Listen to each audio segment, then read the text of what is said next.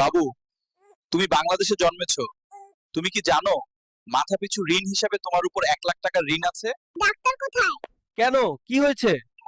আমাকে ফেরত পাঠাও, আমি এখানে থাকতে চাই না। বাবু, জন্মেই কিসের এত টেনশন? কেন জানেন না, এদেশে জন্মানোর চাইতে জন্ম নিবন্ধন করা বেশি কঠিন।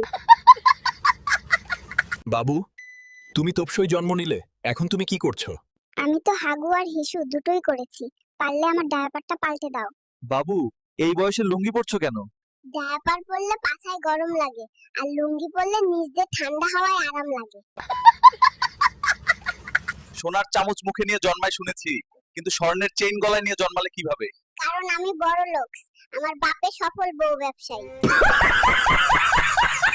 বাবু, তুমি এই বয়সে কাজ করছো কেন? ডায়াপারের অনেক দাম, এত খরচ কে বহন করবে? তোমার কিসের দাবিতে আন্দোলন করছো? দাবি মোদের একটাই, মুসলমানের আগে বিয়ে চাই। হ্যালো গাইস, আম্মুর আচারের বোয়াম ভেঙে ফেলছি, এখন আম্মুর হাতে আমার কেলানি খাওয়ার পালা। পৃথিবীতে এসে তোমার অনুভূতি কি? আমার কোনো অনুভূতি নেই, আছে শুধু নুনুভূতি। হিসু ধরে খালি। বাবু, বড় হয়ে কি হতে চাও?